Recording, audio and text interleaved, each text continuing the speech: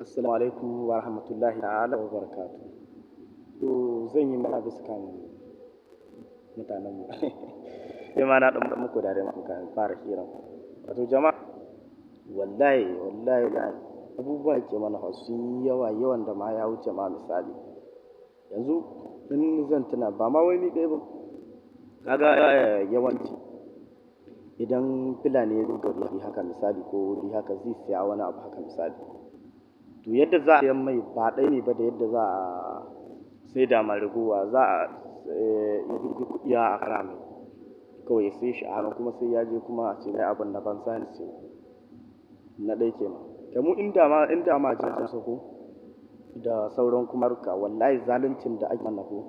da sai yi ma haka yawa ma da sai yallin kawan yawa ba ma zan iya cewa ga ya adadin inda abu tsaya ba. Ga sai a samu makiyayi a cuce shi an san haddasa ba shi bane yayi bannan amma in aka ganshi ko a kama shi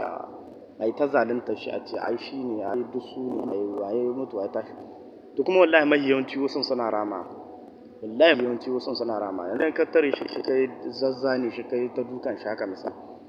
zai kale ka in ka kwan zai zo lokacin da ya san baka nan ya zo ya banna yadda ya gama ya shi kaga ya rama kenan to ba ma dai wannan to ba ma wannan ba yanzu kamar misali kuma wasu abubuwan ga hada layin mutanen mu yanzu kamar misali in aka harkan kaga cikin Fulani akwai sai da ba abin da ba su da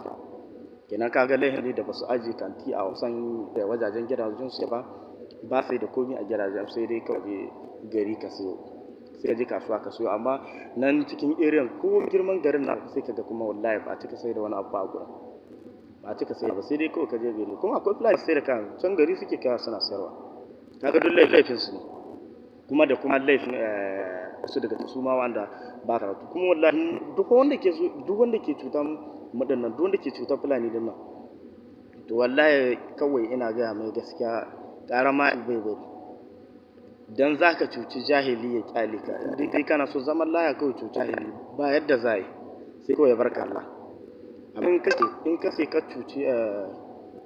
amma in ka sake ka cuci wanda yayi karatu amma in ka sake ka cuci wanda yayi karatu wanda ya san ko duka Qur'ani ko kuma harkan boko to wallahi baka nasara ya san tabshi zai ci nasara dan sai ba ta yin shari'a da Fulani ba aka kayar da su wallahi abin da ka ga ta to ya tabbata yana da gaskiya in ya san baya da gaskiya to zai yi yadda za a yi a tsaye da magana kawai kama a je kotu amma in bai ka ga turza an je kotu ya san yana da gaskiya kuma wallahi su ke ci tsara kamar Fulani kawai Allah ne ke son mu kai